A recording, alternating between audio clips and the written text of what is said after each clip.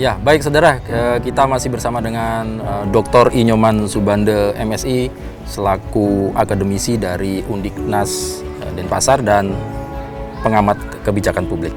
Kita lanjutkan ya Pak Subande. Ini menarik, sebetulnya waktunya harus lebih panjang kan? Karena dibahas banyak nggak terasa. Nah, kita sekarang lari ke sisi timur mungkin ya, ke Bangli ya Pak. Nah, Prof, ke Bangli. Kita tahu Bangli ini menjadi salah satu wilayah yang memang kalau boleh dikatakan mungkin di peringkat 6, peringkat 7 mungkin timbang yang lainnya. Nah, catatan apa yang ingin kita sampaikan kepada Bangli ini, Pak Subando? Ya, Bangli itu terdiri dari 4 kecamatan. Kecamatan yang paling besar penduduknya dan yang paling hidup pariwisatanya. Itu adalah Kecamatan Kintamani. Daerah Kintamani. Kecamatan Kintamani itu di situ ada danau, kemudian juga ada daerah Kintamani Penelokan itu yang di situ ada objek wisata. Nah, pendapatan Bangli itu PAD-nya kecil dan salah satu yang menyebabkan besar PAD-nya itu justru dari Kintamani itu, dari hasil pariwisata juga dan juga pertanian.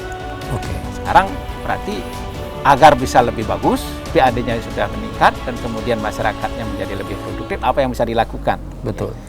Nah, kembali lagi bahwa kita yakin bahwa pemerintah sudah berpikir ke arah sana. Nah, kita juga perlu, kalau yang memang sudah dilakukan, kita perlu juga untuk mengingatkan ini. Yang pertama, pariwisata di sana mungkin belum digali secara maksimal. Banyak potensi-potensi yang masih dilakukan. Contoh kecil saja, misalnya ketika danau itu Danau Batur itu sudah menjadi destinasi pariwisata, orang yang menyeberang ke Trunyan misalnya, kemarin ada kendala-kendala kecil.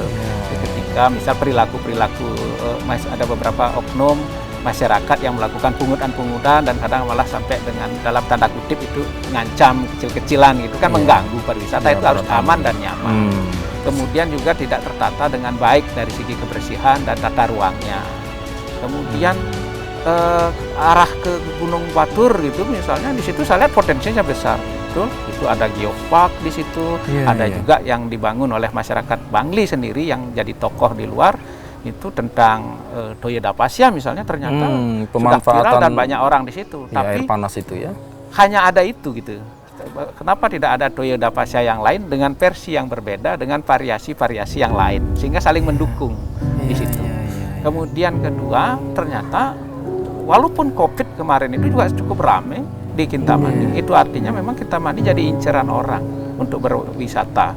Nah, ini mungkin bisa dikembangkan lagi, bisa digiatkan lagi lebih yang lebih berkualitas, yang lebih sehat, dan kemudian juga ada yang lebih variatif mungkin. Karena Bangli itu kaya terhadap pertanian, perkebunan. Jeruk Kintamani terkenal loh. Kenapa itu dijadikan komoditas juga? Tidak hanya komoditas untuk dijual, tapi juga misalnya wisata petik segala macam. Itulah contoh. Jadi ada inovasi yang baru yang harus dilakukan terhadap itu. Tentu saya tidak punya teori tentang bagaimana mengembangkan wisata karena saya memang tidak berpolitik. Tapi tidak orang pariwisata. Tapi sebetulnya kan tidak harus pemerintah itu. Bisa juga bersinergi dengan orang-orang yang mempunyai jiwa entrepreneur. Nah, ini penting. Di bidang pertanian, di bidang pariwisata segala macam. Bagaimana mengemas pertanian menjadi pariwisata atau pariwisata ini juga berbasis pertanian, masuk berbasis perikanan. Ini penting untuk dilakukan dan tidak hanya berfokus kepada Kintamani. Bagaimana dengan kecamatan-kecamatan yang lain? Tapi satu hal yang penting adalah keterbukaan masyarakat penting. Masyarakat Kintamani harus terbuka dengan pendatang, dengan orang asing, dengan siapapun. Ini penting. Kadang-kadang keterbukaan, keinginan orang berinvestasi, keinginan orang melancong ke situ, berinteraksi. Jadi kadang-kadang jiwa welcome, keramah-tamahan masyarakat itu jadi penting. Nah, barangkali yang dari kecamatan-kecamatan yang lain bisa mengembangkan potensi desanya, bisa mengembangkan kreativitasnya, tapi juga harus terbuka dengan pendatang lah, dapat dengan tanda kutip, entah dari manapun itu, terutama yang kira-kira bisa membawa investasi, yang bisa ikut berpartner atau join dengan masyarakat lokal untuk mengembangkan kearifan lokal dan potensi daerahnya. Baik. Tanpa harus meninggalkan adat dan ini pastilah, ya, budaya sana. Kemasannya adat dan budaya dijadikan sumber juga ya, sumber untuk bisa diekspos juga untuk pariwisata gitu. Baik. Wah, ini poin menarik ini untuk Bang Li. Kita geser lagi ke timur lagi ini untuk Karangasem. Nah, ini Karangasem kan kabupatennya cukup luas ya, masyarakatnya juga banyak. Potensinya juga lumayan kan ada ya. Nah, catatan apa Pak Bande terkait dengan? Saya melihat Karangasem ini kabupaten yang luar biasa hebatnya. Creative of God mungkin Karangasem. Creative of God. Jadi gimana satu pemandangan alamnya hampir semuanya bagus. Baik yang di laut sebenarnya kayak kemarin itu ada pantai yang tidak tergarap, Virgin Beach itu ternyata itu bagus, tapi akses masuk tidak ada. Betul. Itu misalnya, artinya punya potensi tapi infrastruktur tidak mendukung, dan kadang-kadang di situ tuh masalah ada masyarakat yang mempunyai lahan itu tidak boleh masuk jalan. Nah, apa yang kita bisa ambil dari situ? Sinergisitas antara pemerintah dan masyarakat jadi penting. Karangasem itu luar biasa hebatnya, punya Gunung Agung di situ. Gunung Agung itu sumber kekayaan alam, sumber material. Orang di Bali ini hampir rata-rata material bangunannya dari itu Gunung Agung. Udah dari situ. Pasir batunya ya. Pasir batunya, kemudian juga dia punya objek wisata yang cukup menarik, baik objek wisata yang bersifat religius maupun alam. Besakeh ya, Pura Besakeh, segala macam, dan orang Bali pasti ke Besakeh, orang luar juga bisa ke Besakeh. Nah, ini saya lihat kalau Besakeh sudah mulai ya ditata dengan baik, karena juga di situ ada keterlibatan pemerintah pusat juga, kepedulian masyarakat ada, kemudian juga pemerintah daerah termasuk pemerintah di kabupaten ini ada. Nah, yang banyak di potensi-potensi yang tidak belum digarap itu adalah sebenarnya ada beberapa sumber potensi daerah yang luar biasa. Pertaniannya bagus, objek pemandangannya baik di gunungan juga bagus, kemudian juga sawahnya bagus. Yang lain adalah air yang sangat baik, jernih dan sumbernya banyak, itu ada di Karangasem. Kalau sudah air itu banyak hal yang bisa didapatkan. Bisa jadi kemasan, bisa juga jadi objek wisata, bisa juga itu untuk pertanian dan yang lain, karena air adalah, dan di situ jernih mereka gitu. Untuk wisata pun banyak bisa dilakukan dengan air itu.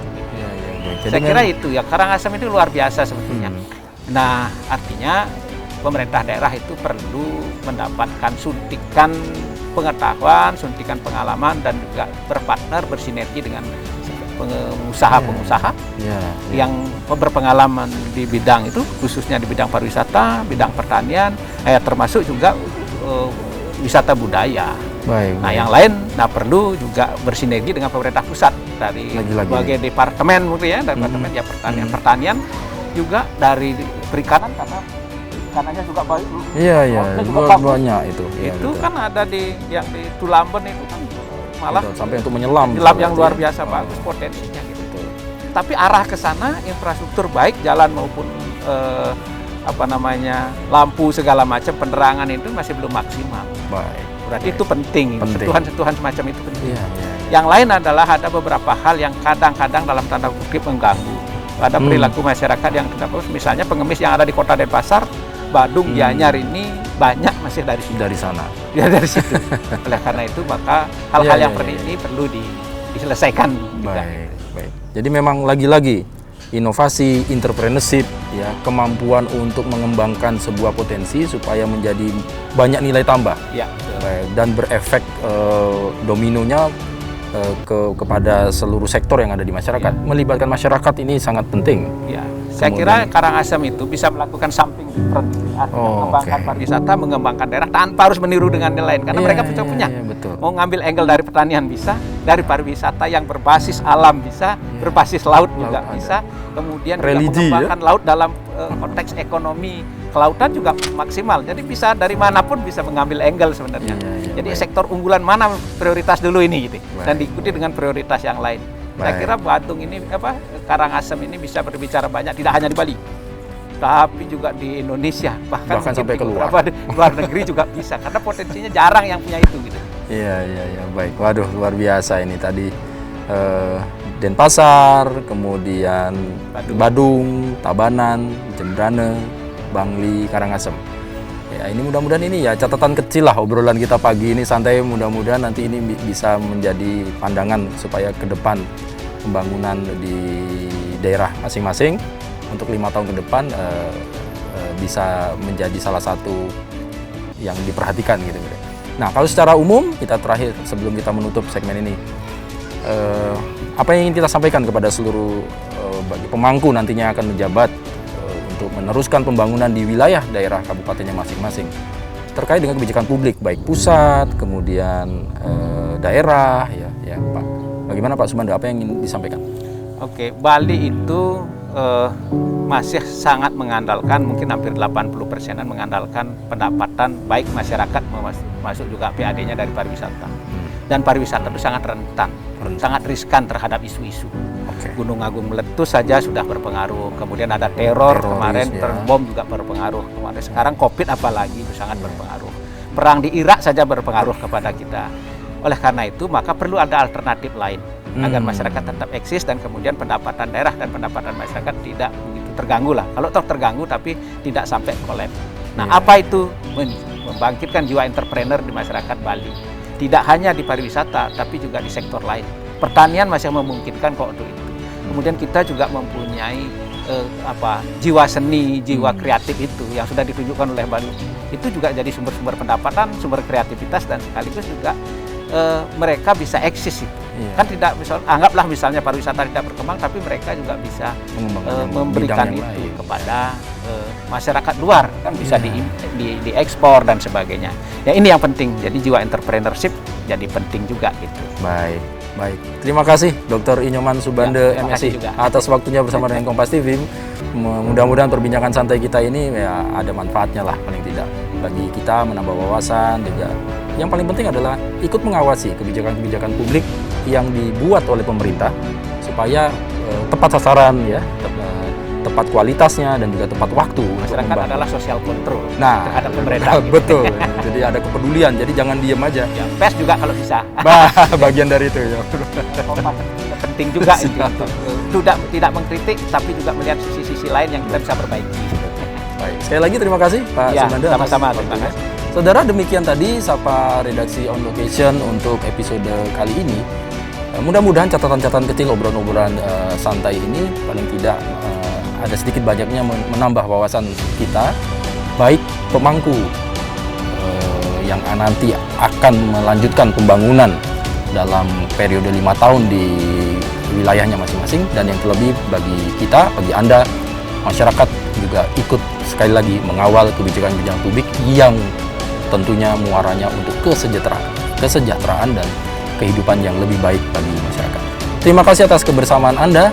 Saya Bambang Kalitus menutup Sapa Redaksi On Location kali ini. Kita jumpa dalam episode yang lainnya. Terima kasih.